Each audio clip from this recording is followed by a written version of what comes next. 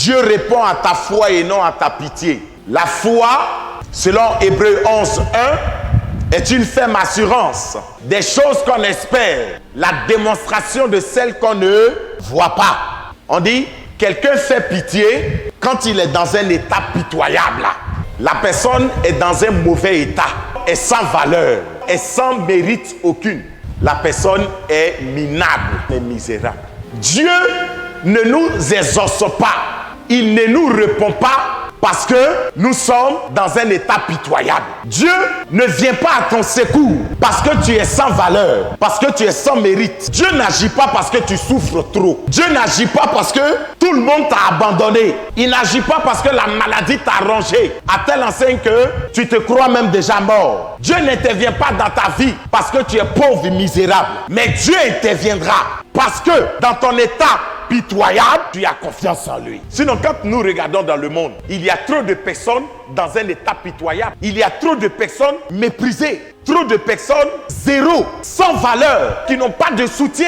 Trop de personnes même qui par jour n'arrivent pas à manger. C'est-à-dire au lieu de manger 3 fois par jour, eux ils mangent 3 fois par semaine. Donc si Dieu voulait agir parce que des personnes sont dans un état pitoyable, il agira en faveur de tout le monde. Et chaque jour il le fera. Mais pourquoi il ne le fait pas? Parce que écoutez, s'il y a un langage que Dieu comprend, c'est le langage de la foi. Dieu ne comprend pas le langage du doute. Dieu ne comprend pas le langage de la peur. Mais le langage qu'il saisit parfaitement, c'est le langage de la foi. C'est quoi? Tous ceux qui ont le langage de la foi seront entendus et exaucés par Dieu. Donc si Dieu répond à notre foi, la foi, c'est quoi? Donc avoir la foi, c'est avoir confiance en Dieu et être rassuré qu'il ne faillira jamais. J'ai foi en Dieu. C'est-à-dire, je mets ma confiance en lui. Je m'attends à lui. Je m'appuie sur lui. Et dans mon cœur, j'ai une certitude profonde que Dieu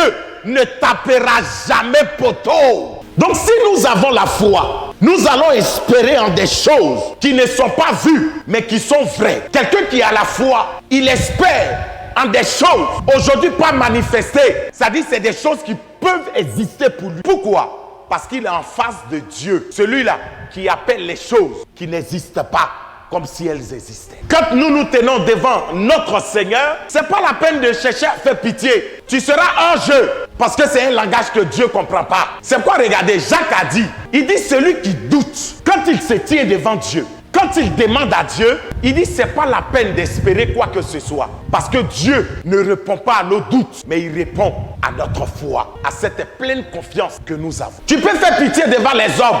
Les hommes comprennent ce langage. Souvent vous allez voir, il y a des chrétiens, c'est-à-dire, ils prennent un air pitiant et pitieux devant Dieu. Ah Seigneur, toi-même tu vois, oh Dieu, regarde mon état. Seigneur, si tu ne fais pas, qui va faire? J'ai fait pitié, oh. Tout le monde m'a abandonné. Oh. Dieu sait que tout le monde t'a abandonné, mais pour qu'il intervienne dans ton état, il veut voir la confiance que tu as en lui. La foi commence quand Dieu ne répond pas. Ta foi commencera à se manifester quand Dieu ne répondra pas à tes préoccupations, à tes questions, quand il n'exaucera pas tes prières. C'est là que ta foi commencera.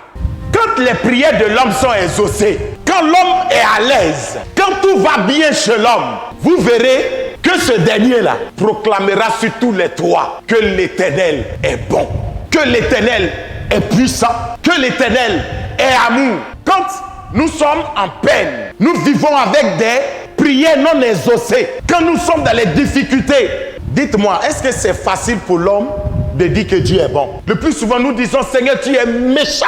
Seigneur, je me demande même, est-ce que tu as un cœur? Pourquoi as-tu accepté à cette situation de matin?